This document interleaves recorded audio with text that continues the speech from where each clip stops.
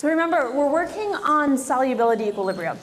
And we are kind of in the downhill stretch of this class and even really this year when it comes to complication levels, difficulty levels, everything like that. So, just keep that in mind as you're going through this. This should feel kind of nice after the last chapter. All right, so solubility product. It's the exact same thing as every other equilibria, right? This, on the other hand, has one really, really nice tweak to it, which helps everything out. And that is that we don't have a denominator. Why don't we have a denominator? Solid, right? So since we're always talking about this compound that's a solid and it breaks up into its aqueous ions, we never really end up with any sort of denominator, which just makes the algebra really nice and simple. And that kind of helps out a lot. Other than that, it's pretty much the same thing. Let's do another one. Hopefully you guys did this last time, right? Because I sent you off on your way and told you to finish up the slide. Actually, for the rest of this chapter, your goal should always be to beat me to the end of the problem. Because you actually do know how to do them all. It's just a different application and different wordings. So same thing with this one if you didn't do it in between classes. All right, so our next one. We have calcium hydroxide. We talked about these strong bases that are made up of the second group in the periodic table. We talked about how they're not exactly super soluble. Now we get to see that and we get to count that into calculations too. But for right now, we're just writing the KSP. So when we go to write the KSP, what do you think the most common mistake probably is when writing this? What do you have to remember to do? Square the hydroxide. You've had kind of a break from having to remember coefficients and having to square things because the acids and the bases don't really do that much. So please make sure you remember that now as you're going back through it. All right, so we have our products over our reactants, but we don't include any of the reactants. So we're left with calcium times hydroxide squared. Last one. First off, let's remember our naming, because you guys still don't like to name things. What is the name of that? What is the PB? Lead, right? It's one of the weird ones that comes from the Latin root. And then what's the CO3? Carbon. It's 3. What's the other version of the CO something? Is it 2 or 4? It's 2, right? So we have CO2 and CO3. So what does that make this one? Carbonate, right? So we have lead carbonate. Technically lead 2 carbonate if you want to be really correct. All right, moving on to what we're actually doing here. What is our KSP? No coefficients this time. So since we don't have any coefficients, we don't have any exponents. So we just write our concentrations. All right. Now there's one kind of definition that we have to introduce before we move on to the problem solving. And that's called molar solubility. It sounds exactly like what it is. It is the amount of moles that are soluble of something. So we talk about KSP, and that's one way of telling how soluble something is. The higher the KSP, the more soluble it is. Just like when we did Kc, the higher the Kc, the farther to the products it was. Or just like when we did acids, the higher the Ka, the farther to the stronger the acid. Or when we did Kb, and the further to the products, the stronger the base. It's the same thing here. The higher the KSP, the further to the products, the more soluble it is. And that's one good way to do it. But we also would like to be able to just say how many moles per liter dissolves. So that's what molar solubility is.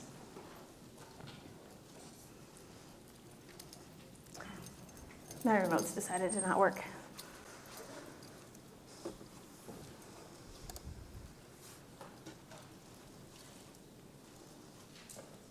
Okay.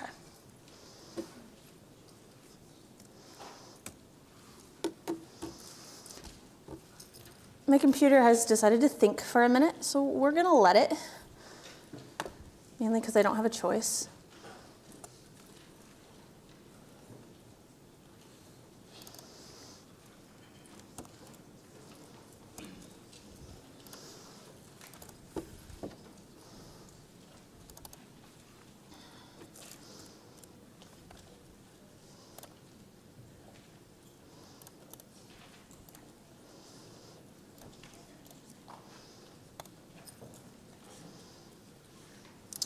Thank you for your patience for a second. The computer is just stalled out on me. So.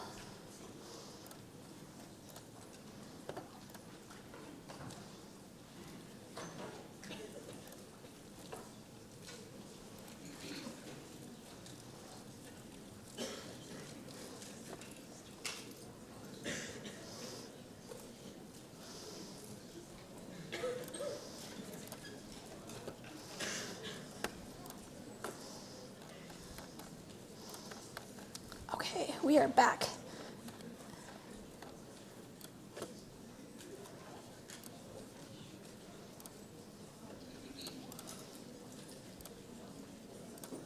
Now that you've had a nice long pause to think about that. All right, so as you would expect from what I said before, the units for molar solubility is moles per liter. And it's the moles of the solid that can dissolve, right? So if you have like, in some of these ions, you might have 2 of one ion, 1 of another. You're not actually worried about the number of ions that are dissolved. What you're worried about is the number of that solid that is dissolved, okay? What this ends up being is all those ice charts that we've done for forever, we're gonna do the same sort of thing here, and that ends up being X. That's your molar solubility.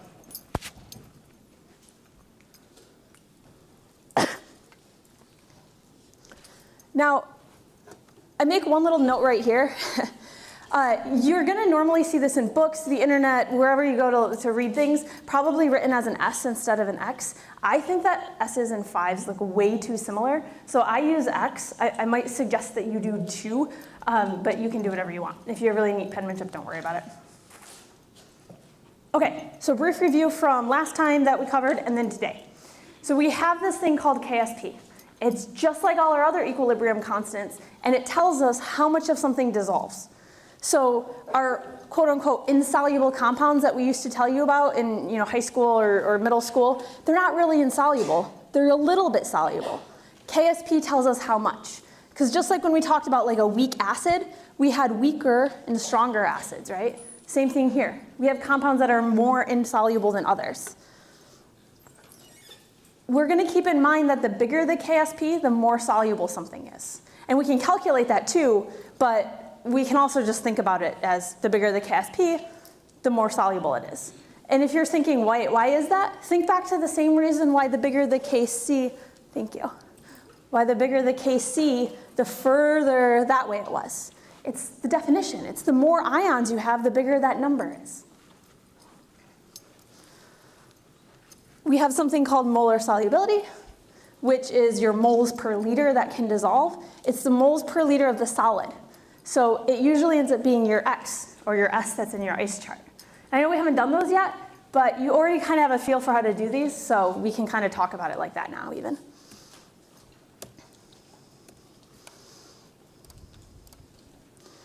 So let's take this last section here then and actually do some example problems with that. First announcements though, now that we've got our rush of slightly late people in. Okay, don't forget mastering. 18 part 1 you should pretty much have done, but finish up whatever you don't have done. If you're still stuck on a couple of problems, I have office hours right after this, so just follow me up to office hours and we'll help you out. Part 2 then is due Thursday, so that we finished up most of what you would have needed last week. You may or may not have it done though. And then don't forget about the extra credit assignment due.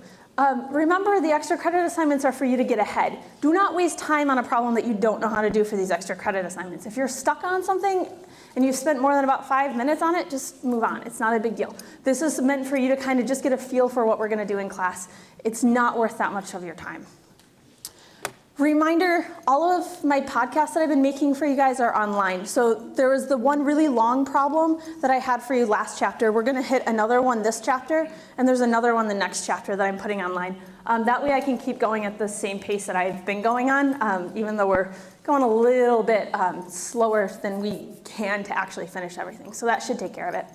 The one from today that's up there, it's really kind of a long problem, and you may want to watch it 2 or 3 times. Way better done as a podcast anyways. Don't forget, if you have exam regrades, turn those in to me in person. If it's just like a numerical thing, like someone added your numbers wrong, just bring it to me after class, that's fine. If it's like a full-blown, I think I deserve points here, but I didn't get them, come talk to me in office hours and we'll talk about it. And then don't forget about the extra credit. So there's a big long thing online on the website about doing a little kind of mini teach a friend or teacher, whoever you want to teach, or how to do a problem that you got wrong on your exam.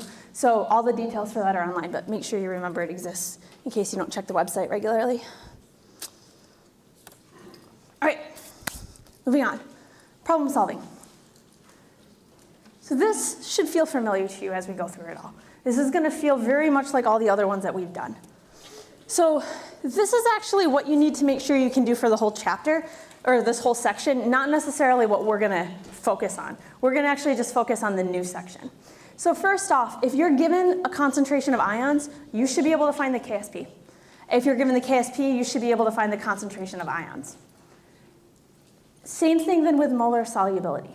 We're going to go back and forth between molar solubility and the number of ions, and the number of ions and molar solubility. So those are kind of your three things that you need to be able to triangulate between. As for these first two, I'm going to let you guys handle this one on your own. It's exactly the same as KC. The only difference is that you don't have a denominator, so the math is easier. You don't have to worry about quadratics. You know how to do it, so we don't need to spend too much class time on this. What we're going to focus all of our time on is the molar solubility part, just because it's a little bit different. We're using a product now, or excuse me, we're using a reactant now that isn't even in the K equation. It's a little bit different than what we've done before. Not hugely different, but enough that I think that's where we want to spend all of our time on. Okay, so let's do this. As usual, I'm going to do this on the document camera.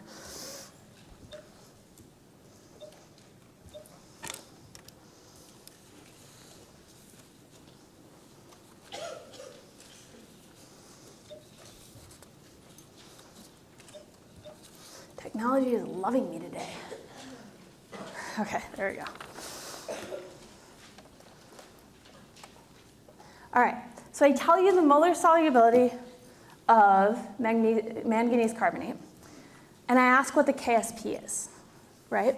So we can kind of go back and forth between all three of these, and this is going to let us do that.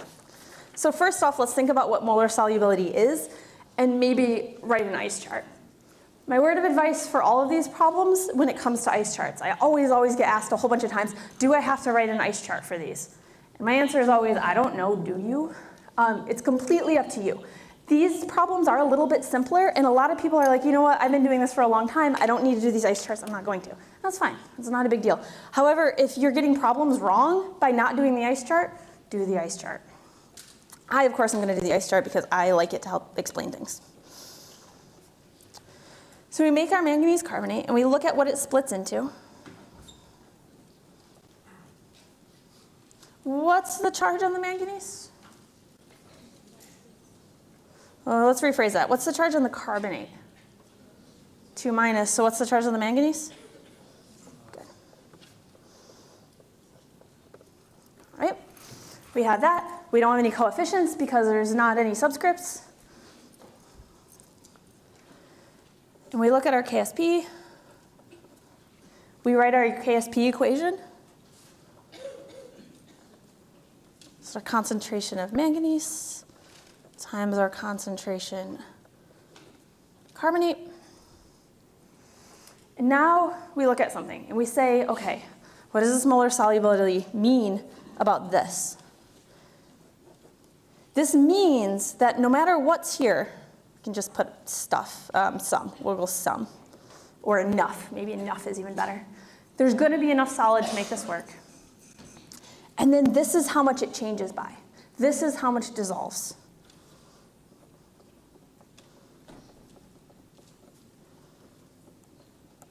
And even though that doesn't go in the ice chart, or in the KSP equation, it does tell us something though. What does it tell us about these? How much of it dissolves? Same amount, right? So because we know that, we can figure out that that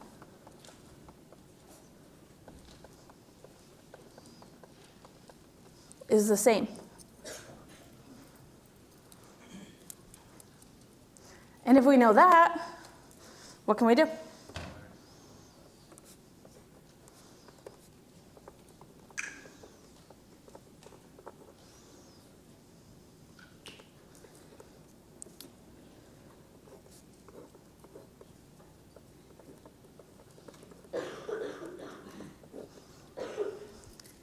You may just want to write that as squared.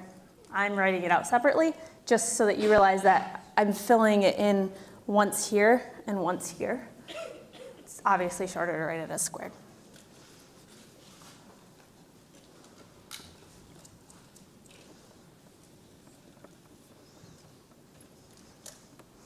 And we get that. Does it have a unit? No. Why? It's K. Do these have units? That's almost a trick question. They're molarity, so yeah, we're probably going to fill them in as units. Just make sure whenever you get a final answer that's a concentration, you always have it in molarity, right? There's a lot of issues with that on the first midterm with people forgetting to put in units, and I think it's because of that K issue. So keep remembering, every time that you have a number, you make a decision on whether there's a unit there or not. Don't just get lazy and leave it off. Okay, questions? Thoughts, concerns? Okay. Next one. Aluminum sulfate. KSP is 9.83 times 10 to the negative 10th. What's the molar solubility? Also, what can you not do if you don't know how, can you do this problem if you don't know how to name things? No. So remember, go back, review all your ionization names, all your polyatomic names. If you're still having trouble with it, come hang out with me in office hours. I know that's from 1A, but I'll help you out anyways. It's fine. So we have aluminum sulfate. What's the charge on aluminum? 3+. So I'll write that in parentheses over here. And you know that because of where it's at in the periodic table, right? That's not so much a memorizing thing. That's a, remember, go back to the periodic table, and it's in the third group. And then we have our sulfate. So it's SO. And what's the charge on sulfate? 2-. Now, the hint to kind of help remember that, the hint to help remember that if you're still having trouble with memorizing the charges, sulfate and phosphate actually follow sulfide and phosphide. So if you can go to the periodic table and remember that sulfur is a -2, you can remember that sulfite and sulfate is a -2 too. And same thing for phosphor. It doesn't work for all of them, but it helps. So we crisscross them down to get our ions. That's really important because that's going to change a lot when it comes to solving this problem. It changes our KSP equation. It changes our concentration of ions. Getting that first is really important.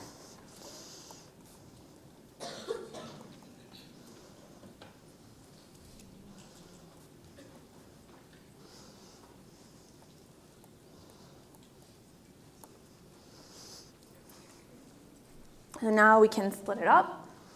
We're remembering our coefficients there because that's going to change things.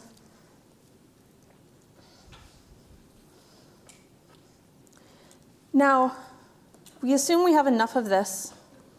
It doesn't matter how much, right? It just matters that we have enough, so that's fine. We know our KSP this time. So if you want to think of this in terms of an ice chart, what goes here? +2. Again, you'll see it in books usually as S for molar solubility. I'm going to stick with X.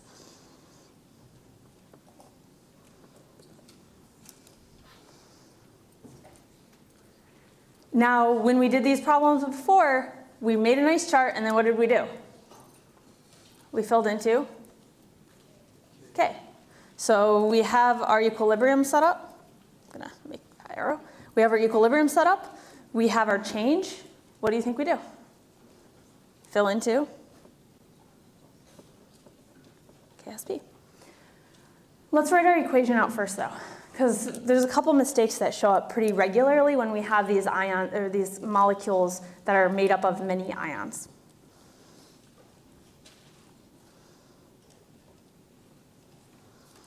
So we have our Al3+. What goes here? Squared. We have our SO4 2-. What goes up here? 3. Now let's fill this in. I'm doing this, by the way, in way more detail than what you're really going to want to do, but I need to point out a couple of mistakes that tend to happen here. So we'll fill this in.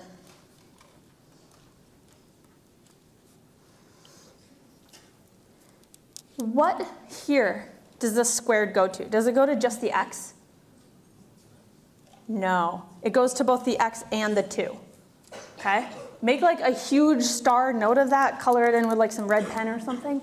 That tends to be of like the mistakes where people get their exams back and they go, oh, that's the biggest one for this section. So that becomes 4. Okay, there's one other one like that. What's 3 cubed? 27. It is not 9. Watch out for that. That's the other big facepalm moment that happens when people get things back. So we have 4 times 27 times x to the 5th.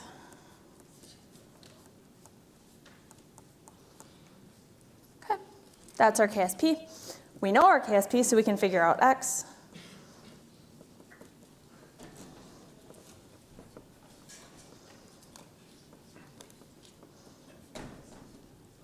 That one has a unit, right? Because it's a molarity. It's molar solubility, so you might be saying, but wait a minute, we're talking about the solubility of a solid. That's not really the same thing as a concentration.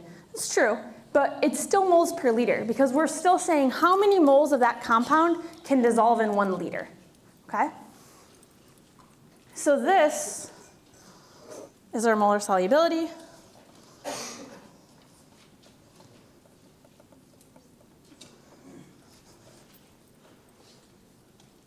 And we're done.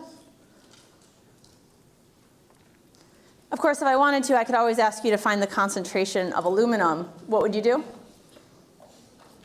Multiply it by 2, or find the concentration of sulfate, then what would you do? Multiply by 3. So I didn't ask you for that, but of course we could do that.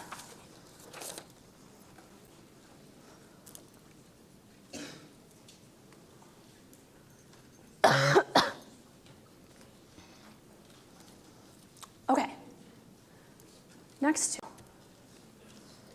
The next 2 are really, really similar. They're just slightly different ways of asking it.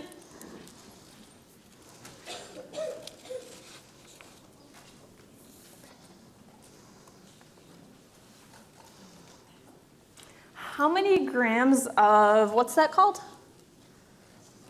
Calcium carbonate.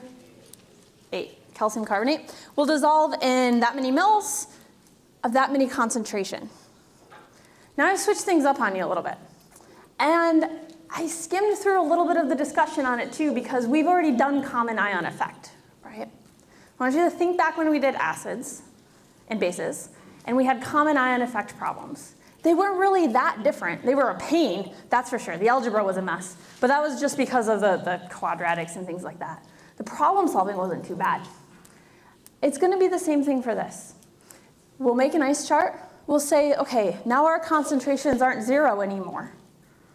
What does that do? What does that change? It doesn't actually change that much about the problem solving. It just changes how we have to do the problem a little bit. Okay. Once again, write out an ice chart if you have to. If you don't worry about it. I am going to.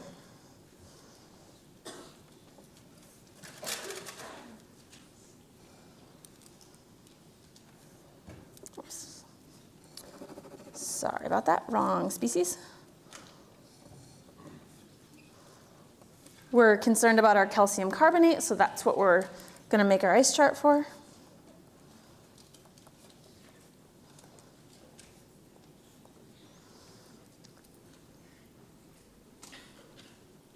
Now,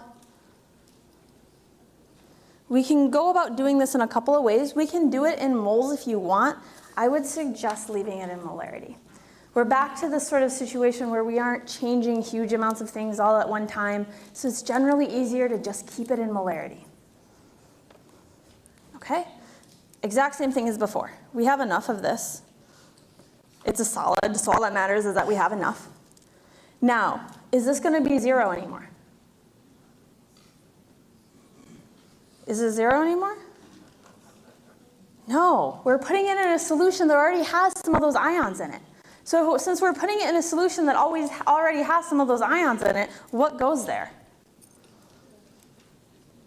Yeah, 0.05, right? Because for every 1 calcium nitrate, how many calciums do you get? So every 1 calcium nitrate, how many calciums do you get? Just 1. How many nitrates would you get? 2. Why don't we care about the nitrate? What do we call that? Spectator ion, right? So remember, it doesn't react with water. It doesn't play a role in this equilibria. It's not doing anything, so we just get to ignore it.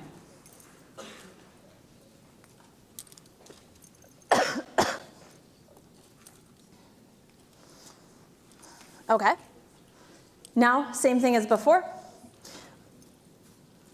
We have our KSP, so we can feel comfortable since we have our KSP going ahead and putting a variable into our ice chart. So some of this is going to go away. For every 1 of these that goes away, how much of these do we get? Just 1, so that's plus x. And how many of these do we get? 1, so that's plus x. Okay.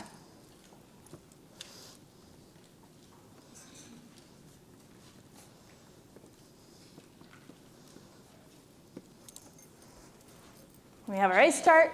What do? We fill into KSP.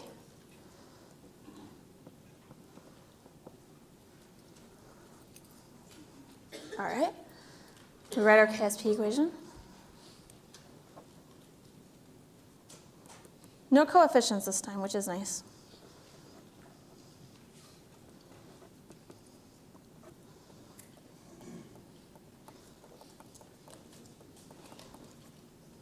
Like that. Shoot, what kind of equation do we have? Quadratic. Who loves solving quadratics? Okay, for the 2 of you, you have weird hobbies. For the rest of us, there's something that almost always happens with the KSPs. What have you noticed about these numbers so far? Go take a quick glance through. Like let's go back just for fun. We've got 10 to the negative 11th. We've got 10 to the negative 10th. We've got 10 to the negative 9th. We've got 10 to the negative 10th. How would you characterize those? Super tiny, right? So remember back when we did acids and we had really tiny Kas, what were we able to do with the plus x? We say that it's so small it doesn't matter, right? This is that same kind of idea. I think I used the Bill Gates analogy where if you give me $1 million, like I'm ecstatic, that's a lot of money. If you give Bill Gates $1 million, he's probably gonna laugh at you and tell you you need it more. It's all relative, right? So this x is probably gonna be really, really small in comparison to that 0.05. So usually we can go ahead and say this is tiny. And we can approximate it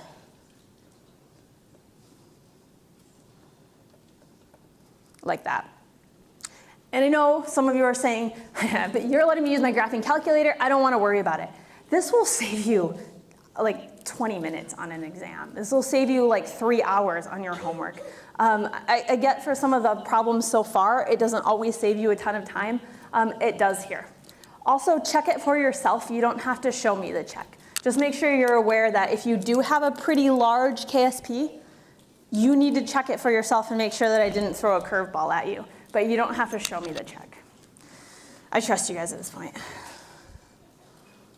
Okay. So now we get to solve it.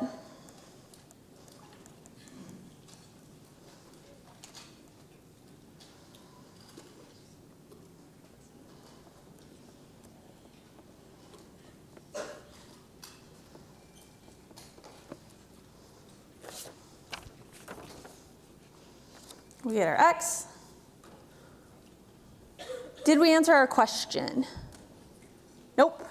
That's the molar solubility. We could also say that that's the carbonate concentration since it's x. What I asked is how many grams dissolve in that many mLs. Okay, now we have a unit conversion problem, right? So now we have moles per liter, and we know that for every liter we can get that many moles.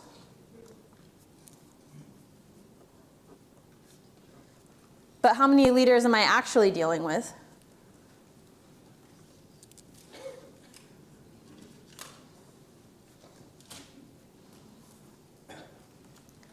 If you need to do that conversion as an extra step, do it as an extra step. Just divide by 1,000, right?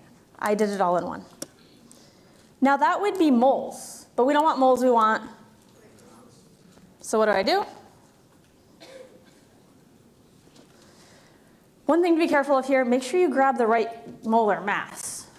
Am I using the molar mass of calcium carbonate or calcium nitrate? Calcium carbonate, right? The calcium nitrate is just what was in the solution already. What we're seeing is how much of that calcium carbonate will dissolve in that solution. And so we need to make sure we grab the calcium carbonate.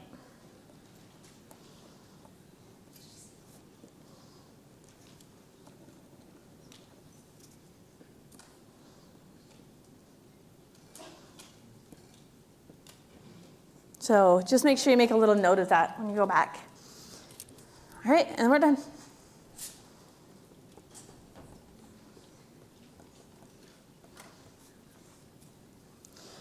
And should round to the right sig figs. I know I've been pretty lax on that because of all the logarithms and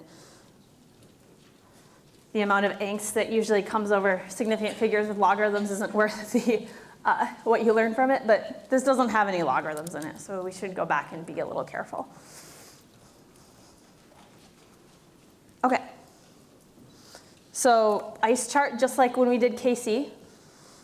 Small acid approximation, only now we're talking about the small dissociation approximation, I guess, if you want to give it a name, but just saying KSP is really small. We solve for X, and then just basically a unit conversion. Okay, one more example.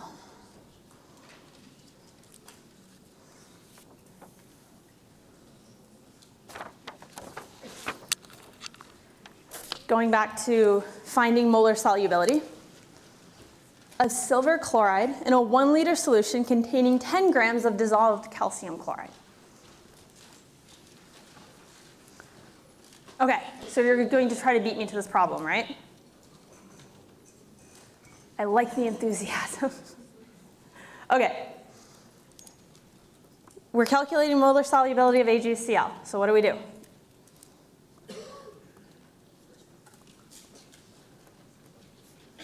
Write our equation.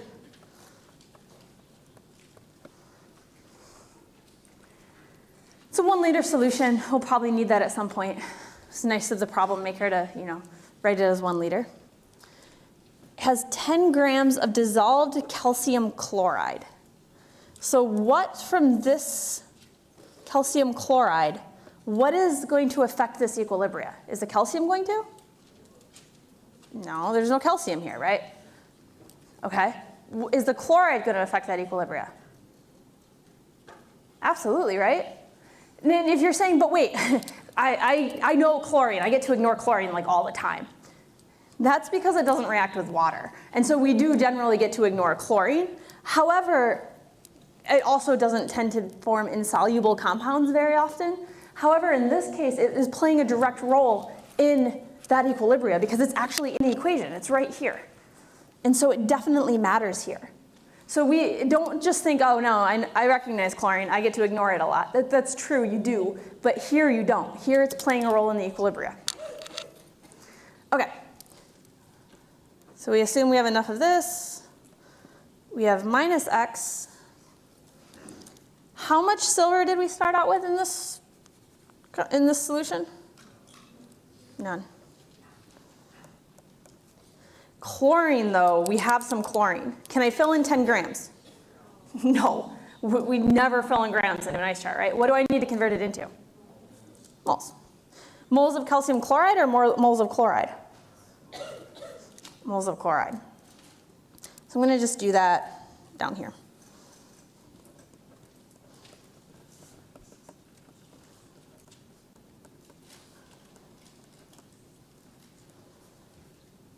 All right. we have our 10 grams of our calcium chloride. We don't want grams, we want moles. At this point, I'm dealing with calcium chloride, and so I'm using my molar mass of calcium chloride.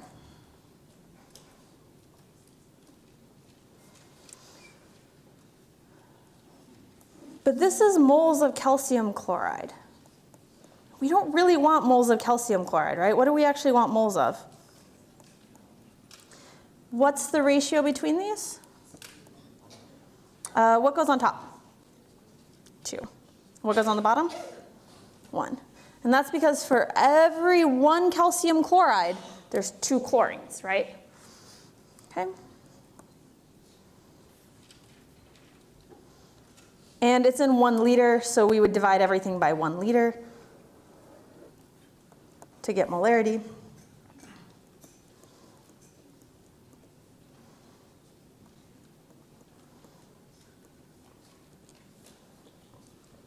To get our moles.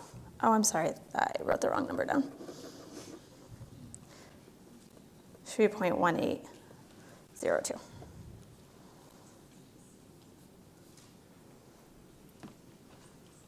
That is 0.1802. Okay, that's what we fill into our ice chart. So again, nothing particularly new. It was just written a different way. Instead of saying, oh, here's your concentration, and they made you figure out the concentration.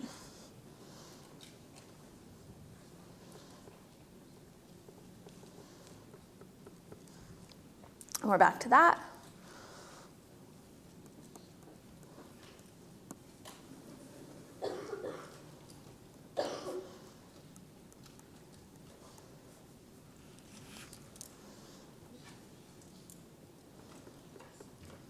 We have that.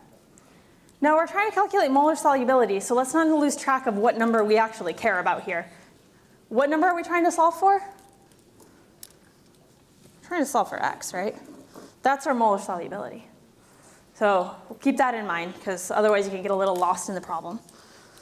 And now we're getting close, because we have KSP. We have this in terms of X, so we can solve for X.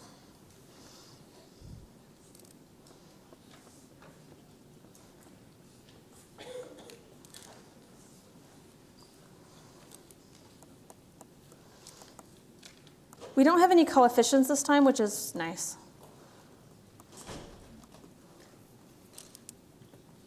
So our silver is X. Our chlorine is 0.1802 plus X. But what are we probably going to be able to do with that? We're going to be able to ignore the X.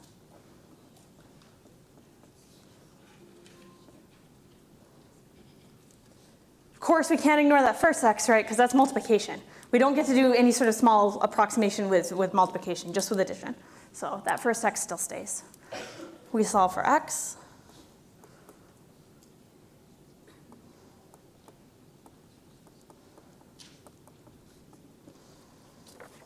And we get our answer.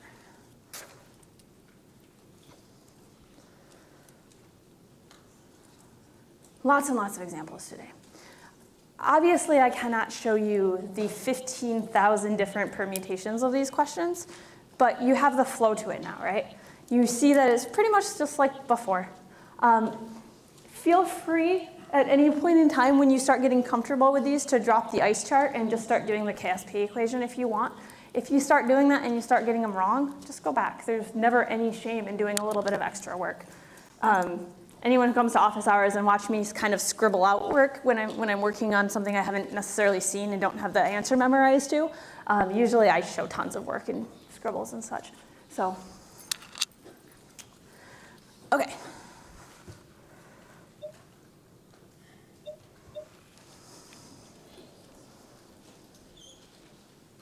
So some review, real quick on what we already went over today, or in this little section anyways.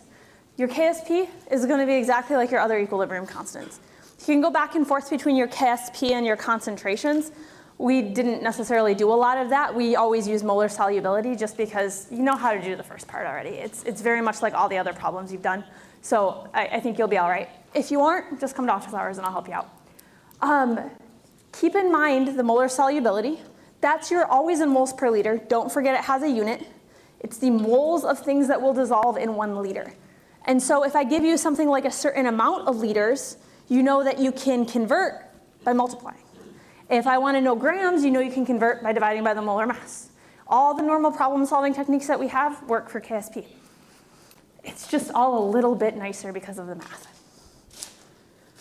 Okay, so this has been a long little section. So it's time for chemistry jokes. But I want to point out that we're in week 8 of the 3rd quarter of chemistry. I'm running a little low, okay? So humor me. They are funny, though. I like them. All right, so it's time for life lessons from your chemistry instructor again. And because I'm sure that my tips on picking up people in bars have been so good for you or I mean the ARC or wherever you guys go. Sorry. I forget you guys are younger sometimes. All right, we got, hey girl, are you made of copper and tellurium? Because you are cute. Probably best done on this side of campus. If you're on the other side of campus, you may run into trouble there. Okay. But if that's not good enough, because it might not be, because it was pretty lame, I got another one for you. This one's better. See if you can figure it out. Are you full of beryllium, gold, and titanium? Give you a second. Got it? Because you are, no? I'll give you one more second. Okay. Are you full of beryllium, gold, and titanium? Because you are beautiful. That one's my favorite of the chemistry pickup lines. Okay, moving on to chemistry. Again, humor, it's week 8 of the 3rd quarter. I'm running out. Okay.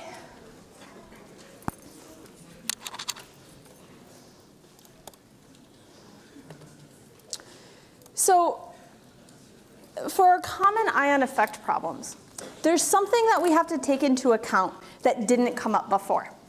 So we've actually kind of snuck this problem solving in already because I wanted to point out how similar it is to all the other problems, and so I snuck it in last section.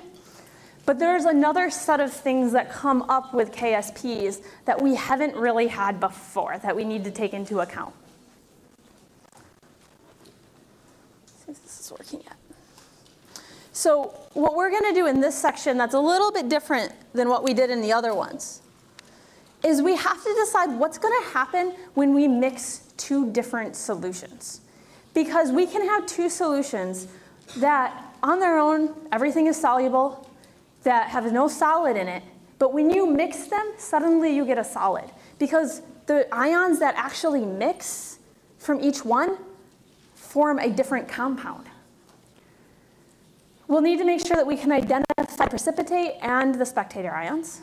That's actually going to be a little bit of review from high school. And then using those problems, go ahead and solve, okay, if we mix these 2 solutions, what happens? If we mix these 2 solutions, how much do we get? All the same sort of stoichiometry that we throw into every single chemistry problem. Okay, so here's kind of what happens in this situation, and then I'll show it to you actually happening too, because this is a pretty simple one to actually do. So let's say you have 2 separate solutions.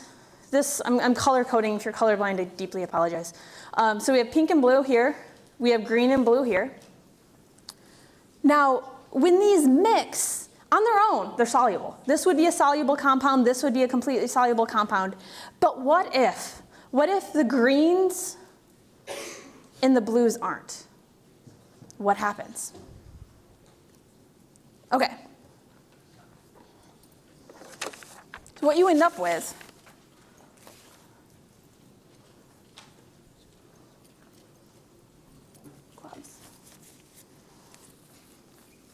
you end up getting a species from one precipitating out a species from the other. Okay? So the problems that we kind of already snuck into the last section, those, microphones here, many of them on me today. We get this ion from one, the cation from one, precipitating out with the anion from the other. going to say that again because it's probably worth writing down. Only about half of you were. So you get the cation from one, precipitating out the anion from the other. So in this case, we're going to have copper chloride in sodium hydroxide.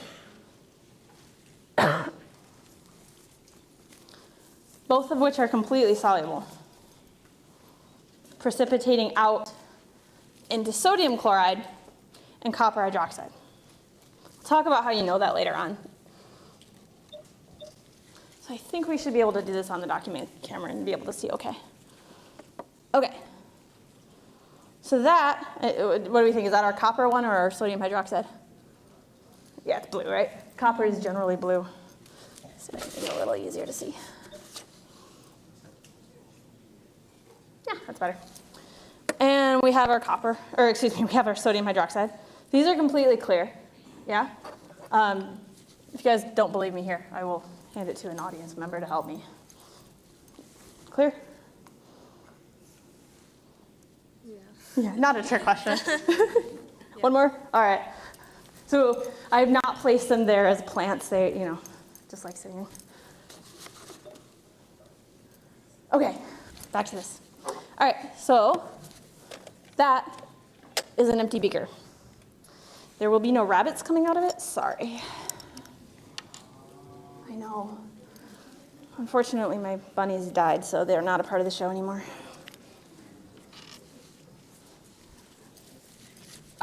And not because of the experiment either. Okay. All right, so let's mix these together. So it doesn't really matter which one we add first. So I'm going to add the blue one first.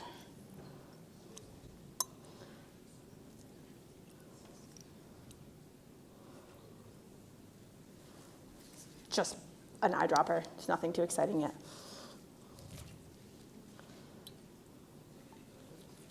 Yeah, that was more efficient. I'm going to do that from now on.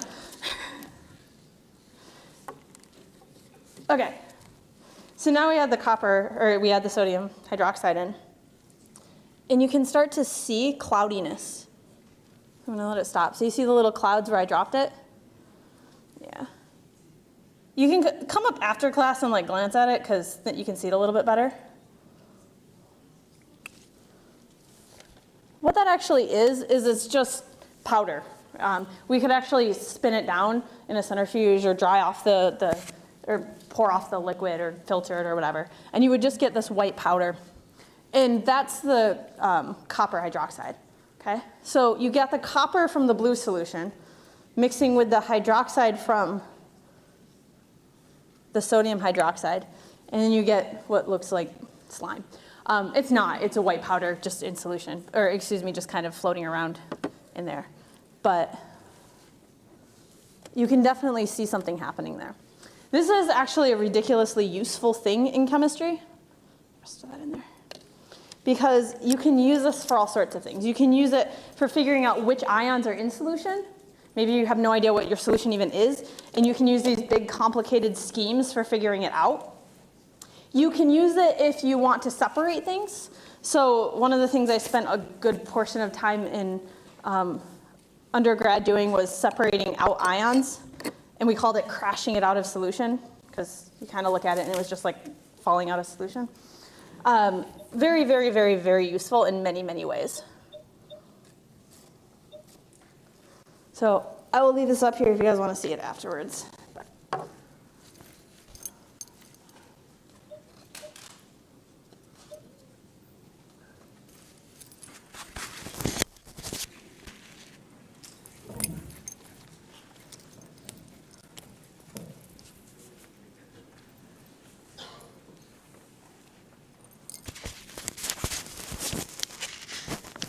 Also, I'm stuck with only the blue demos because, you know, it matches the lab coat well. So.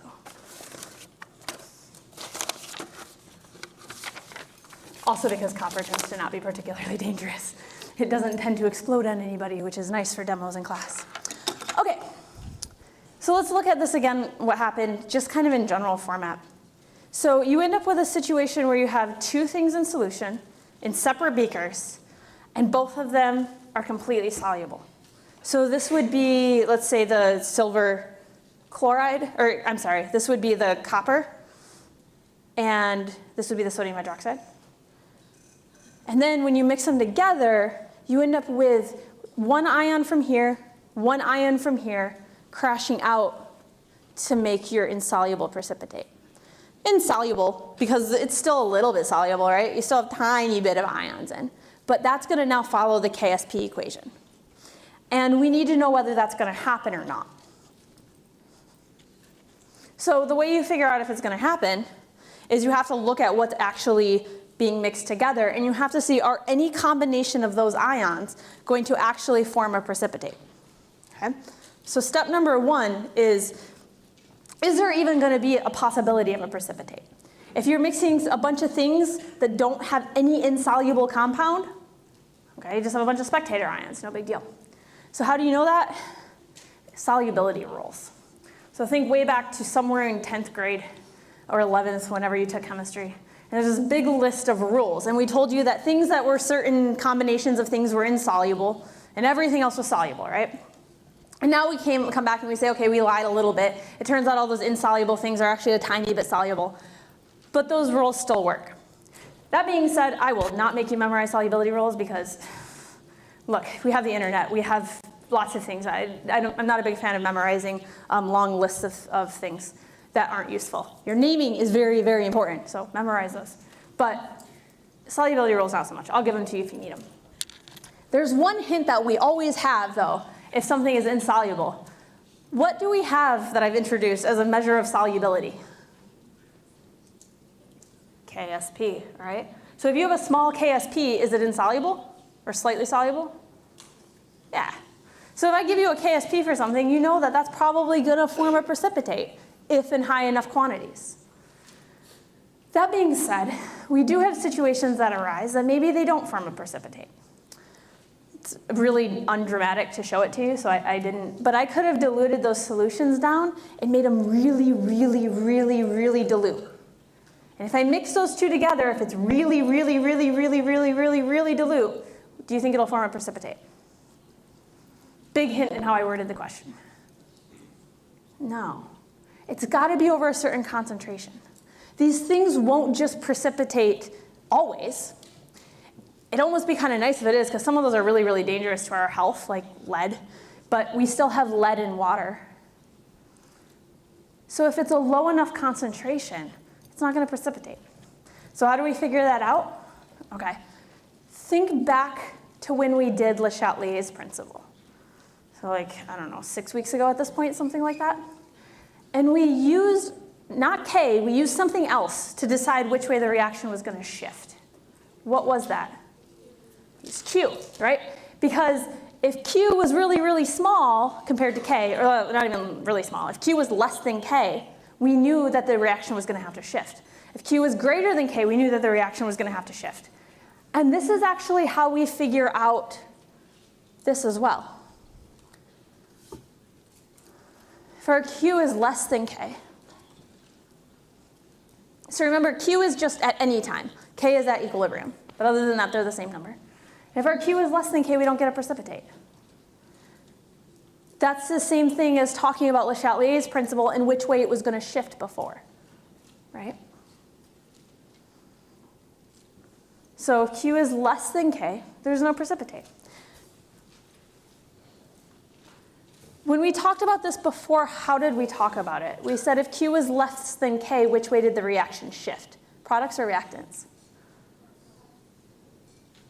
Where was that? Yeah, if Q is less than K, we needed to make the products bigger, right? So it shifted toward the products.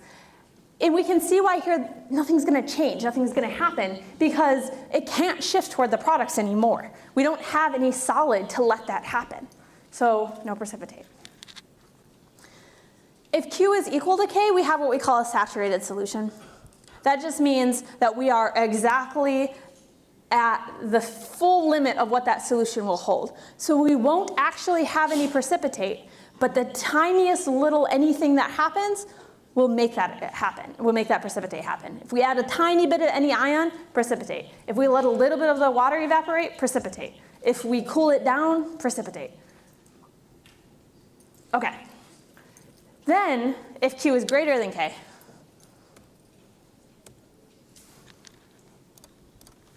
Then we get our precipitate, okay?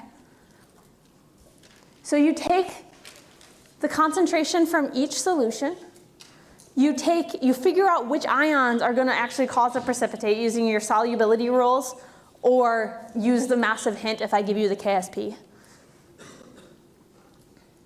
And we say if we take those ions and we multiply them together, raising to the correct exponents as needed, how does that compare to K? And that's how we decide if there's going to be a precipitate, okay? So pretty much the exact same concept as Le Chatelier's. This shouldn't feel like a new thing to memorize. This should feel like something that you take what you've already figured out and just turn it a little bit into this, okay, now instead of shifting, it's a matter of is it going to form a precipitate or not? Because if Q is greater than K, we have to shift toward the reactants. And if we shift toward the reactants, we get a precipitate, okay?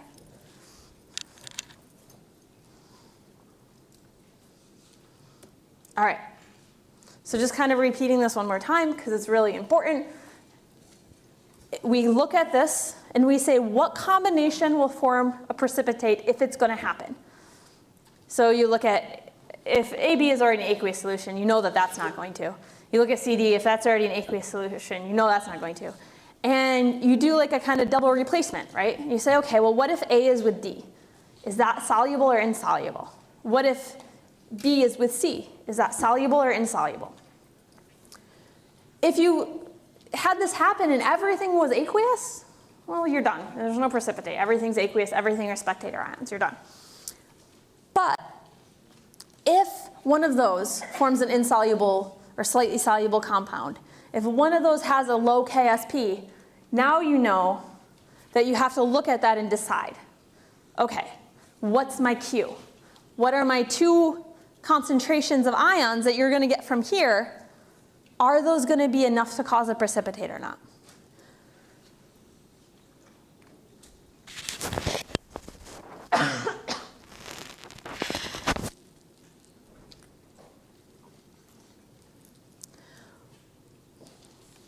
One really important thing to be careful of here is to make sure that you're thinking of this in terms of Le Chatelier's principle. And this one's usually the last one, the first one you want to memorize, and then the other ones kind of make sense, and you'll be all set. Okay.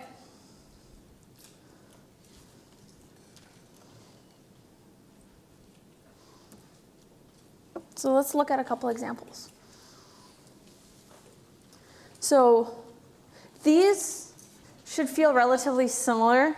Well, this one anyways, should feel relatively similar to the ones that we did in the last section. One thing to note on almost all of these problems, you are mixing solutions. So what will pretty much always change? Your volume, okay? So always make sure that you account for volume changes. And we'll see this on the first one.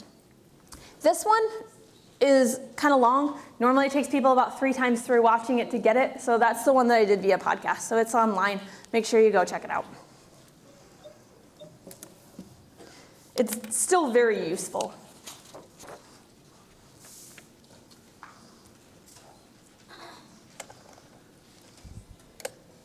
Okay, so we have 20 mils of barium nitrate, 50 mils of sodium carbonate.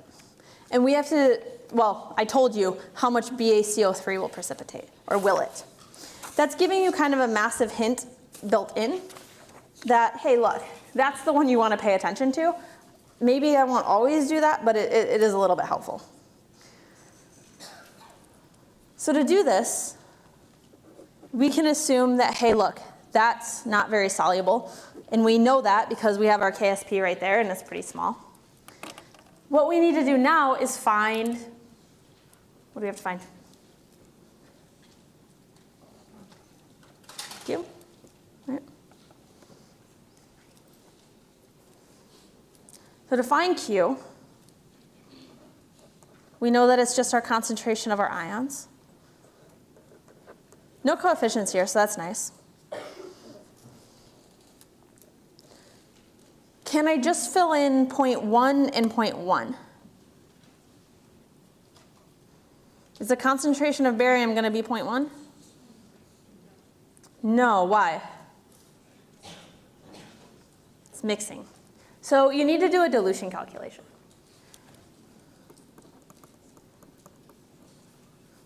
I'm going to show you a way faster way to do it after we're done, but we're going to do it the full way first.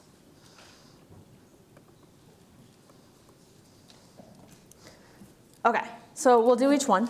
We'll start with barium. We'll do M1V1 equals M2V2.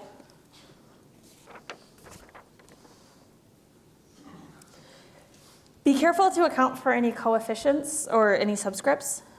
So in this case, we have 0.1 molar of barium nitrate. What's my concentration of barium? Is it 0.1, 0.2? Should I double it, triple it, quadruple it? What do we think? It's just 0.1. If I was trying to do nitrate, what would I have to do? I'd have to double it. You're definitely allowed to use milliliters for this, right? Because it's a ratio. So that saves us some hassle. We're solving for M2. What is our V2? Is it 50 mils? 70, right? Because we're mixing the two together. So you have to add them. So it's 70 mils.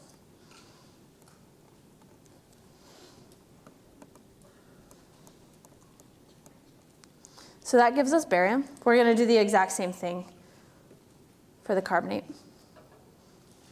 I don't care about the nitrate, right? It's a spectator ion. It's just going to counterbalance the ions, but it's not going to actually do anything. So now we'll look at carbonate. We'll do the exact same thing. We look at this. It's 0.1 molar, and there's only one carbonate per formula unit. And so it's still 0.1.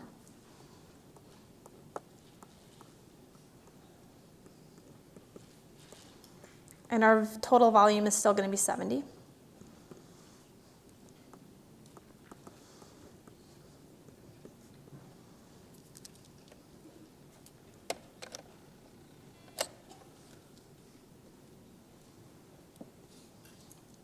Okay, that's what we fill in. Now that we've done the dilution, this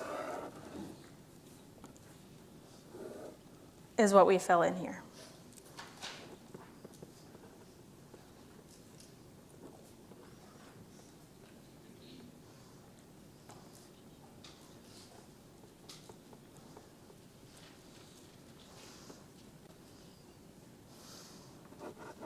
So that's our Q.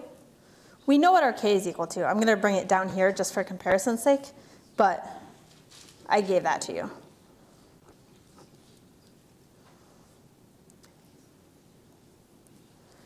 So is Q less than or greater than K? So is there going to be a precipitate? Yeah.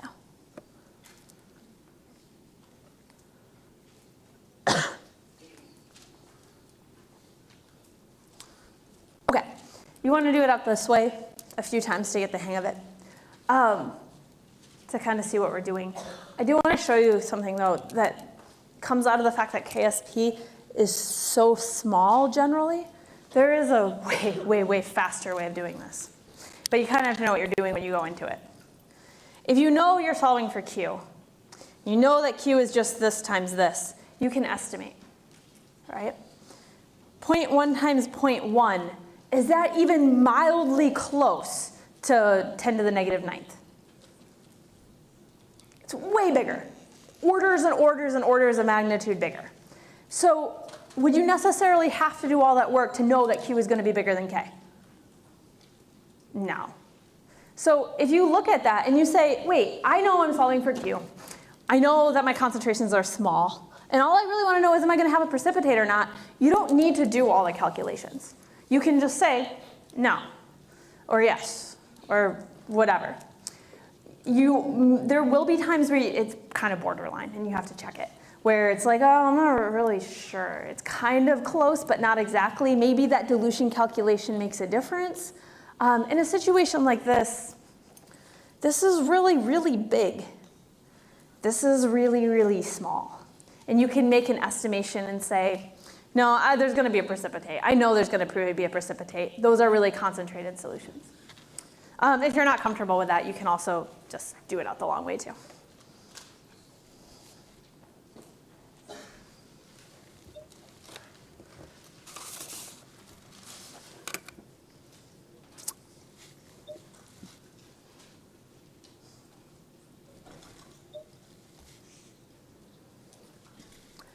So the other one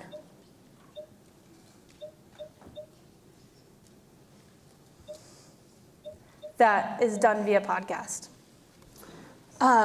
is a little more complicated, because what we're going to do is we're actually going to solve for an amount. So it's good to know, is something going to form a precipitate or not? It's also good to know exactly how much you're going to get, because these are the sort of calculations, if you're doing an organic or a inorganic type reaction where you need to solve for the amount of product that you're going to get, you have to be able to do. You need to know what a theoretical yield is for a given reaction. You'll need to know, okay, how much can I expect for a precipitate? So that you know how well your reaction worked or not when you get your actual amount. Maybe it turns out that your theoretical yield is really high and you hardly get any of it, and you want to go back and figure out what you did wrong. There's lots of reasons why you would need to do this sort of problem in real life lab, chemistry, biology, things of that sort. So even though it's really long and it's going to seem a little tedious, it's completely worth it. So please make sure you go and look at it. Okay, so in review, we can take two solutions that are completely aqueous. They have no precipitate at all, and we can mix them together and end up with a precipitate. Whether that happens or not just depends on, are any of those ions going to combine in a way that actually will form a precipitate? Is the cation of one going to react with the anion of the other? Okay. If that is going to happen, then you have to decide, well, is the concentration of the species high enough to make it happen? And you use Q for that. You say, okay, well, is Q greater than or less than K? If it's less than K, you're still not going to get a precipitate. The ions, even though they have a tendency to form solids, if it's not above a certain concentration, it won't precipitate. If Q is greater than K, well.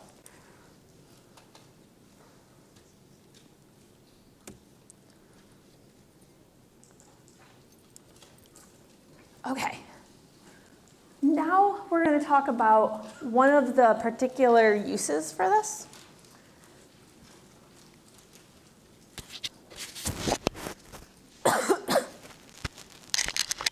And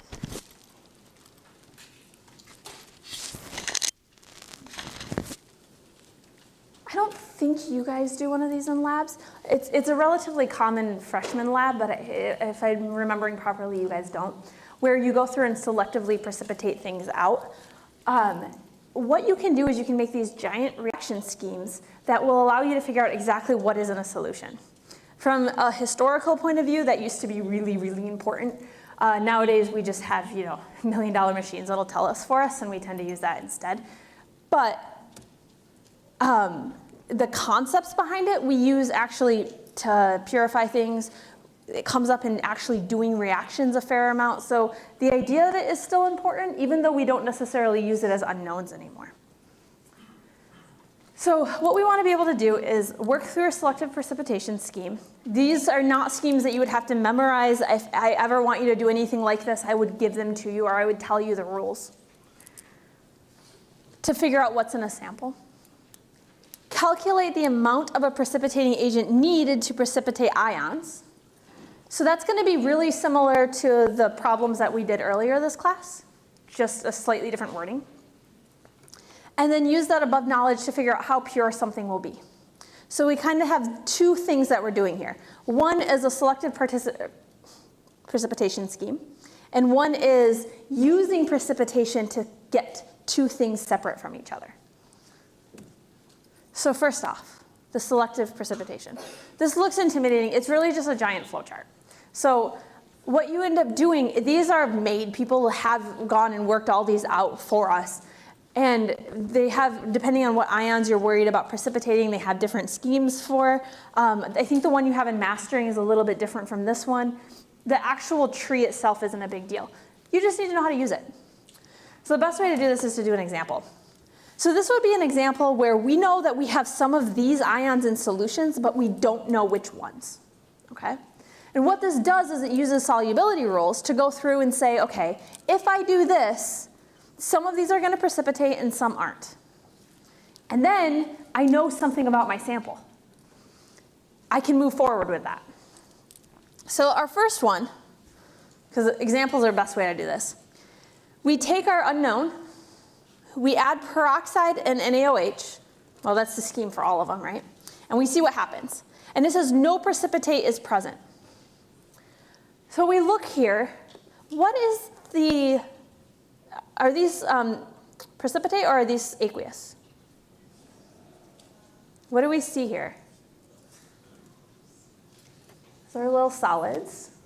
So if this is solids, that's a precipitate, right? Do we have any precipitate? No. That means we don't have any of these ions in solution.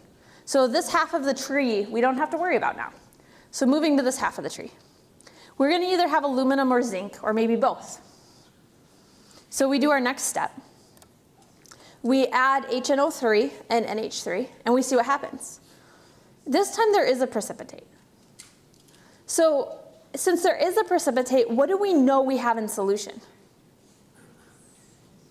We know we started with some aluminum, right? Because that's the only thing that we can get down the tree. You just follow it down, it's a flow chart. Can we say anything about whether we have zinc? No, we'd have to do one more step to tell if we had zinc. So at the moment, with that much information, you can't say anything about zinc. All you can say is you don't have manganese, cobalt, iron, bismuth, or copper, and you do have aluminum.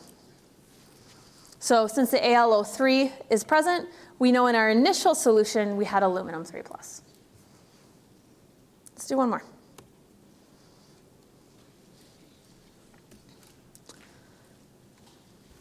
So we have same tree.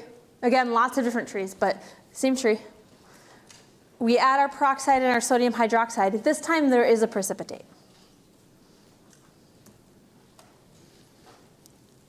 We add H2SO4 to the precipitate,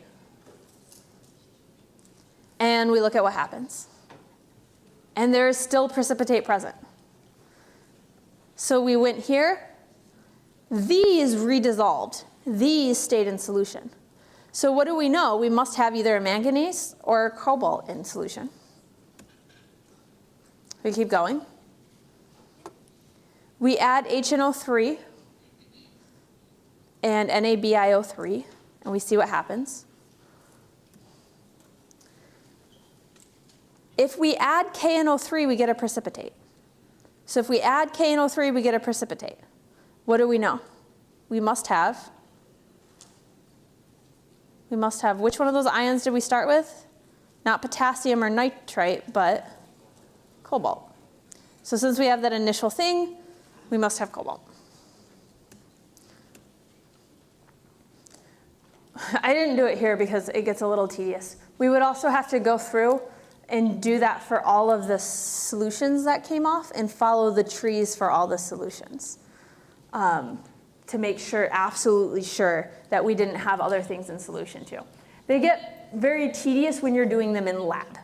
When you're doing them here, they're not too bad. You're just, okay, go down the flow chart this way, go down the flow chart this way, done. When you're doing it in lab, each one of those is, a significant amount of time and energy. So I don't think you guys do this in lab though. That's really nice for knowing if you have something in solution. If that's all you care about, we can do that. But there's something else that we use this for, and that's to actually separate ions out or separate other things out. And that's called selective precipitation. So what selective precipitation makes use of is the fact that if two things have different KSPs, they're going to fall out of solution at very different times. Okay?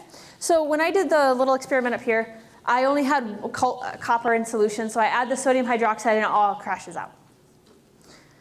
Now, if I had had two ions in there that were soluble at very different levels, I could have kept going and kept going and kept going until one of them was almost completely in precipitate form. I could have spun off the precipitate, got rid of it, filtered it, somehow take it out of solution, and then start precipitating the other one. That's how selective precipitation works. So it actually will separate out your ions rather than just being like, hey, I have these. So for example, let's look at barium sulfate and lead sulfate. These are both very slightly soluble. They both have very low KSPs. This is a -10th though, and this is to the -6th. So they're still pretty different from each other. Even though, if I had a solution of barium and lead sulfate, or barium and lead, and I just tossed in a bunch of sulfate, it would instantly all just crash out and it wouldn't separate. What you can do though, is you can add it really, really, really slowly. Let one of them crash out, take it away, and then add more and let the other one. It's not 100% separation, but it's pretty good. The further away the KSPs are, the better the separation. Okay, so let's say we have a solution with dissolved barium and lead ions. Which is going to precipitate first if a small amount of sulfate is added? So what I'm asking here effectively is which one is less soluble, barium sulfate or lead sulfate? So which one is less soluble? Barium sulfate, why? You look at your KSP value. So if your KSP value is smaller, it's less soluble, right? Okay. So we know that our barium sulfate is going to precipitate out first. What also we would want to know is how big of a difference is there going to be? Because if one is only half precipitated by the time the other one starts, it's probably not going to work very well. So to do this, we need to figure out a few things. So I'm kind of stepping you toward the answer, because otherwise this one seems a little odd. So we're working through it slowly. What concentration of sulfate is going to precipitate out barium sulfate? What concentration of sulfate is going to precipitate out lead sulfate? Okay? In other words, how much of that sulfate, let's say probably in the form of like sodium, so how much sodium sulfate would you have to add to get those two to precipitate? So to do that, you need to do the exact same sorts of problems that we were doing before. If we have our KSP and we know our concentration of ions, we can figure out our concentration of our other ion, right? Okay, so we know our barium concentration, so we can fill that in, and we can solve for our sulfate concentration.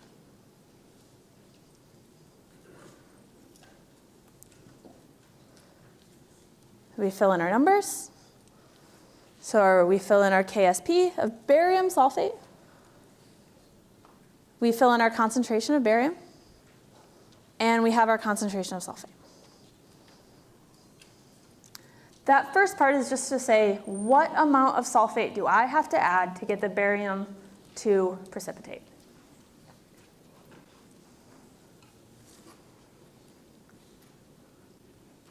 Now, I'm going to do the exact same thing for lead. So, same thing, salt for sulfate. This time we use the KSP of lead. We use the concentration of lead to get our sulfate. We want these to be different. If they're pretty close to the same, this isn't going to work. The idea here is that we're saying, okay, one is more soluble than the other.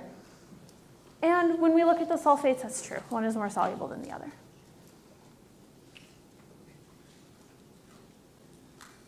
Okay. We are probably going to have to end there before moving on to the next one. Yeah, we are. So at this point, we'll take off there and start up next time with the rest of the problem. You can give this one a shot. This one may not be super obvious on how to go about it on your own, though. So completely up to you.